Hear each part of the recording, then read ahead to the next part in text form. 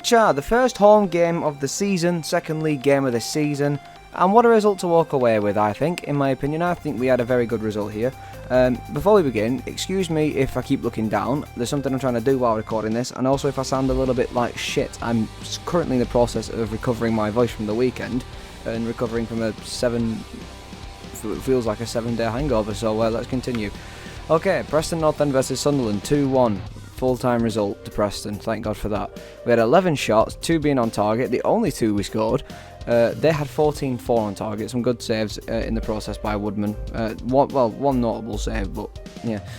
They had a lot more possession than we did, so it was one of those scrappy games for us, really. But I won't complain with the result, like. If anything, we did get a wee bit lucky. I won't lie, we got a bit lucky.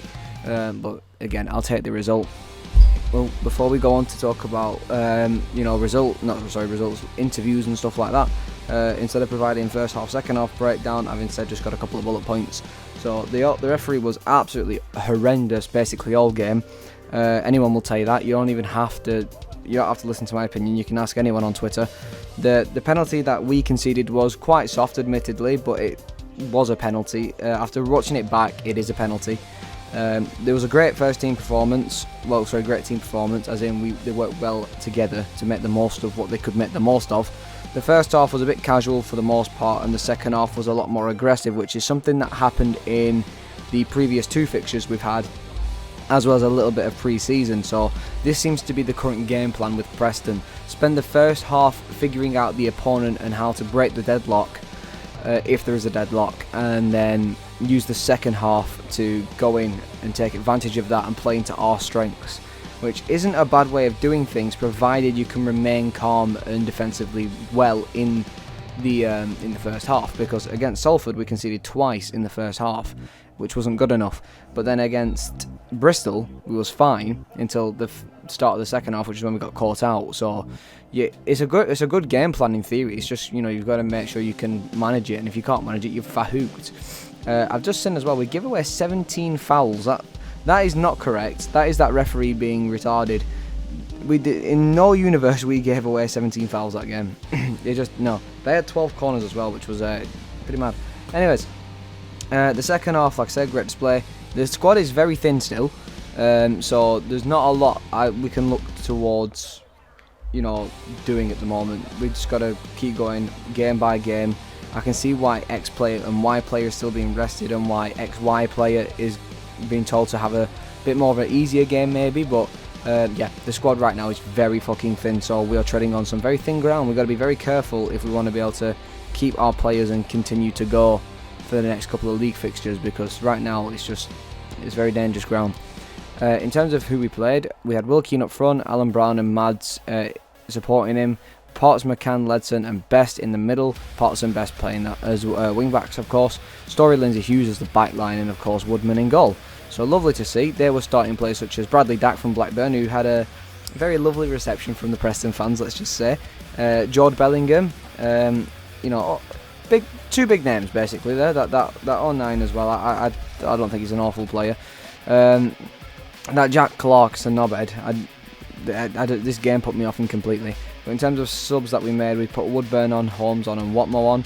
I think Woodburn did fine for the time he was on the pitch, which weren't too long, same with Watmore. But Holmes, as soon as he came on the pitch, he was putting in the hard yards like I expect him to do, and he did really well. So yeah, I'm liking what I'm seeing of Duan Holmes up to now. And really quickly before we go to interviews, let's talk about this lad, Kean Best. What a player for 17 years old. Absolutely filling in that left side role of Alvaro very, very well. Very good, and he's filling in for Brady perfectly, so I can't complain. He's doing fantastic, but at the same time, we can't expect him to keep playing for us every single week, because he's only 17 and he's going to need that rest. His fitness is not over. Everyone was goosed by the end of this game, so fitness is something that needs to be worked on. But for the most part, yeah, happy days. Right, Ryan Low's match reaction. Ryan Lowe felt his Preston North End side were fantastic in everything they did during the 2-1 victory over Sunderland. Will Keane gave Peony the lead in the 25th minute as he diverted Mads' 20-yard effort beyond the goalkeeper before Jack Clark levelled from the penalty spot. Mads himself then scored his first goal for the club in the second half to earn Peony 3 points to follow the opening day draw against Bristol. It was his first goal if you exclude pre-season. The manager said it was fantastic, a fantastic performance without the ball too. We had to be solid and resolute. We came up with a good team. Well, there's the Ryan Law bingo, solid and resolute. We came up against a good team with some wingers. They're relentless. I thought the lads were fantastic in everything they've done, and we have to go score 2 goals, and the atmosphere was amazing, so I'm really pleased. Can't get too carried away. It's what we wanted, starting the season off with a home win, and we have to move on to the next one quickly because they come thick and fast, but I'm just pleased we can get 3 points. So much of the pre-season talk surrounded the performance at Sunderland on the final day of the previous campaign, which saw the visitors win 3-0. The gaffer and the players both knew how necessary it was to put in a better display this time around, and for the point gained on day 1 at Ashton Gate. Ryan Law said, I'm happy with any point or 3 points on the road this season. The point last weekend on the road and 3 points at home, of course, because any points in the Championship are good points. I'm pretty sure they are in any league, really, but okay, Ryan. What we've got to do now is just keep building on it. We can't get too carried away, we know that, but I'm just pleased with the fans and everyone that we've got off to a good start at Deepdale. Now, of course, people might have come to the Deepdale the other day a bit, hesitant because of our home form last season. It was horrendous, but if we can build on this, then that'd be good. Of course, with enough, we say it all the time, obviously the fans are supposed to play a 12th man role. A lot of Preston fans don't see it that way, because back in the day, you heckling players and stuff like that, it was brutal when it happened, and it were a lot more brutal than it is now. Standards have changed. It's not something people like anymore. And don't get me wrong, if I was in that position, or if anyone else was in the position that the players would be in, they're reading all the slander online, I don't think you'd enjoy it. It will knock your confidence a little bit.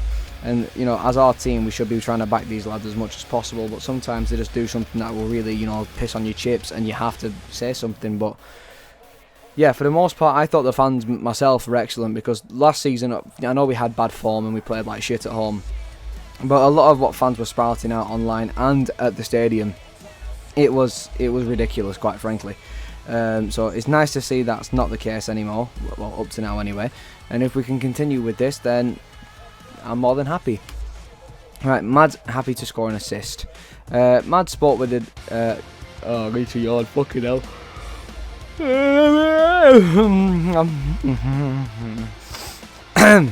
Try again. Mad spoke of delight at scoring the winning goal in Preston Northland's 2-1. I can't speak today. Win over Sunderland. The number 10 netted just short of the hour mark to give Northend all 3 points in the opening home game of the season. The Danish midfielder had been involved in the first goal of the day, with his 20-yard effort being deflected past the goalkeeper by striker Will Keane. Mad said, "It's a happy afternoon, a goal, assist, 3 points, everything is good." For the goal, I saw the keeper coming out and thought just put it low, and it went in, so I'm happy. For the assist, I saw the run and thought let's hit Will and see if it goes in, and it did. Everything was under control, so it was planned. I don't know if they're trying to play it off as planned, but it looked like an accident then and there at the time. But watching it back, you do see Will's foot curl in a little bit, so it does look like they might have tried that. But if that was the case, then yeah, it's bloody brilliant. I'm pleased to open my goal scoring early, so it's not a big shadow of me that I hadn't scored. I'm happy and pleased that I could help the team with a goal today, and hopefully this continues. The Dane brought thoughts that the Black Cats, who levelled through Jack Clark in the first half, provided a tough test. Mads added it was a good side we played against, and they wanted to keep the ball, so I think we should be happy with the 3 points and take the spirits further on. We said before the game if we were physical against the smaller players, then we stood a chance of winning. I thought it was a good performance from us. We showed good togetherness. Even in added time we stayed together, put in a good fight and showed some character. It was nice to see so many fans in my first championship match at Deepdale and something back and feel their emotions. The midfielder, who signed for the club just over a month ago, had only played for Danish top flight side or B until he's moved to Deepdale. That meant he may have had some adjustments to make to get used to the English game, but he's equipped himself well in the opening 2 games. Every game is quite new to me. I don't know the opposition too much. I just try to talk with the other players about what to expect from different teams. Football is football, of course, but it's different in every country, and football is universal. It's just to go out and have fun and not do what I'm best at. I try that every time. There's been some adjustment. Here in England it's more back and forth. Every play is quicker and more physical than back home. I'm not trying to change my style of play, just go out to do what I'm best at. It's great coming in as a new player to have support from the beginning from the fans, the club and the players. It's nice to feel welcomed and people want me. So that's good. 4 points in the first 2 games of the season is always good, so I think we should be happy with that. It's still early, of course. There's many games, twice as many as I used to play, so I plan to take it easy and enjoy the victory today. We have to keep going and see what the future holds. I love it. Brad Potts talks Tom Cannon chats as the key for Preston North End this season. Of course, interesting conversation to be having, based on the transfer news that has recently emerged, saying that well, the other day anyway, that I read from the Sun, and obviously Alan Nixon, is that Everton are prepared to release Cannon to us on loan, but before they do that, they're also opening up the possibility of him being bought for £8 million permanently. Will we do that? Probably not. Will other teams think about doing that? Maybe. But yeah, we'll see. But anyways, let's just read what Potts says. I think we need to get back to doing that, to be honest, in terms of, actually it's not. His second half performance was dominant, with Potts' exceptional athletic qualities coming to fore, while other wilted Preston right wing back machine charged up, strengthened as the contest progressed.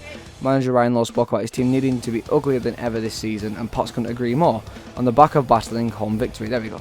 I think we need to get back to doing that, to be honest. You want coming here and knowing they are going to be in a game, knowing it's going to be hard. I feel like we did that today, and we've got to try and kind of bully the opposition. I think it's getting back to basics and how we used to win games here, so it's a good start, but there are plenty more games we need to be doing it in. I think teams used to hate coming to Deepdale. We were better away from home last season. I don't know whether that was the less pressure of winning away. You'd think there'd be more pressure winning away, but oh well.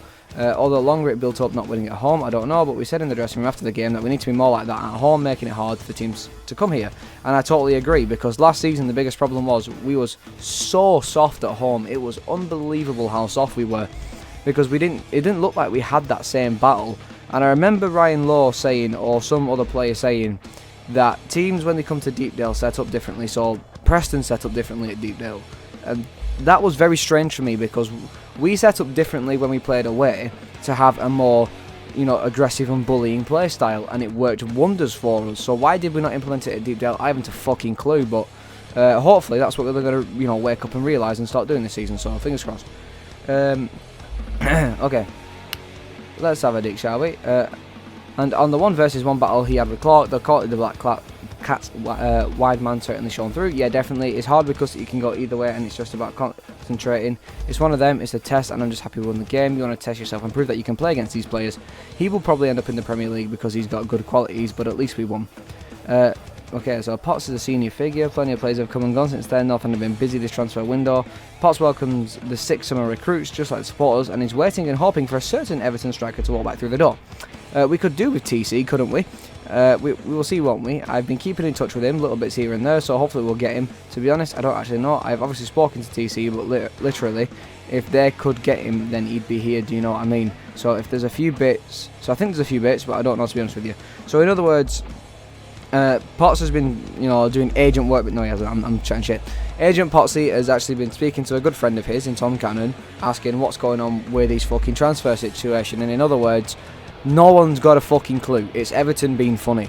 If Everton really needed the strikers, then Tom Cannon should be ending up on their bench and coming on during games, which he's on the bench, he's just not coming on. So there clearly can't be that big of a desire to have him there if he's like a last resort, if you know what I mean. So this, obviously, it's just Everton being funny really, but it might put us off doing business with them in the future. I don't know, I don't care, but yeah, it is what it is. Potts added. I think there's a couple more to come in maybe, but it's not up to me. Mads has been brilliant. Keno's got 2 and 2 and fair play. Well, 3 and 3 counting the cup. And to the likes of Best, he's come in and done really well at 17. He's young, but he's got great mentality, and I don't think much phases him. I think he's fitted in really well, and I hope he continues to grow, develop, and I hope he continues to battle for a place in the first team. Because the last thing I want is for Brady to come back and automatically get the go-ahead to go back in the first team, because you have to earn your right to play, not just because you're a senior figure. If the young ones aren't performing, then I would rather see the young one play. Simple stuff. But yeah, like I say, he's only young, and if he gets injured, then it could be a bit bad for him, but we'll see. Brady's injury prone, so there's a high likelihood that he will come back and play. Right, Ryan Lowe hoping for Preston Northend striker signing this week. We all know who that is, but let's read anyway.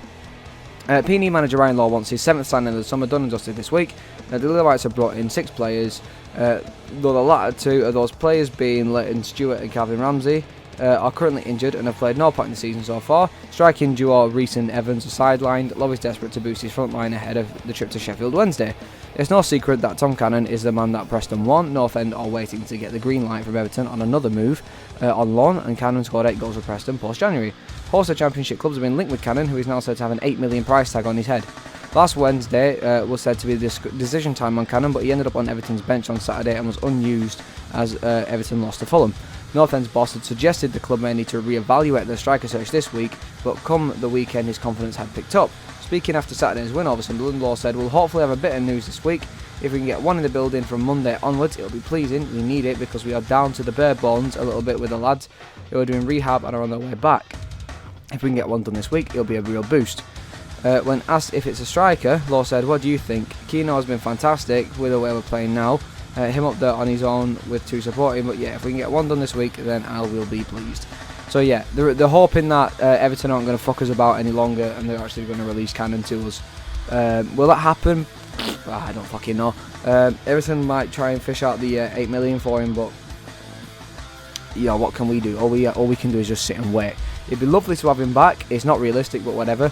I've heard that Aston Villa is also wanting to sell Cameron Archer on a permanent, but as far as I don't know how true it is, but the price tag I got told was £20 million. That is absolutely outrageous for a player that's not spent too long in the Premier League and has only done 2 loan spells in the Championship. Yeah, he's a great striker, natural born finisher, but if he's that fucking good, why don't you use him? Yeah, 20 million just sounds a bit outrageous, so I don't know how true that is. Take it with a grain of salt. But that's basically all the news I have to cover for today. If you want one final little tidbit, is that Alvaro was spotted on the game on Saturday. Not signing, just coming over as a guest of Alan Brown, I believe, to watch the game and support the boys on his day off, which is nice. So it's good to see that a player is still, wanting to have interest in the club and come back and see us afterwards. Archie never did that. Cannon did that recently, but that's probably because it was a hybrid of signing talks as well as watching the game and stuff like that, because obviously P. Riddy and his agent were involved and all that good stuff. So yeah, that's all I've got to cover. Sheffield Wednesday at the weekend. My predictions, I don't know, because it's one of those games where Sheffield Wednesday have not won either of their opening games. I think they've lost both. So they're not exactly looking like the Championship sturdy at the moment. I'll double check that, so just to make sure I'm not chatting out my ass. Yeah, they lost to Southampton and they got dicked by Hull. And obviously the team, they've not won a game in ages. The only game they won in recent days was the EFL Cup first round on penalties. The last game they actually won was on the 11th of July. Holy fucking shit. Okay. Yeah, so Sheff Wednesday don't seem to be in great form. Obviously Diaby's just signed for Sheff Wednesday, so it'll be interesting to see Diaby again and the fans' reactions to Diaby. But yeah, it is what it is. Sheff Wednesday is an away game. Of course, if the away record continues from last season, then obviously high hopes and stuff. But we'll see. It'll be interesting one to watch, and of course I'll be reporting on it as per usual on the Sunday. So thanks a ton for watching, and I'll see you at the weekend unless transfer news emerges during the week or any other sort of good news.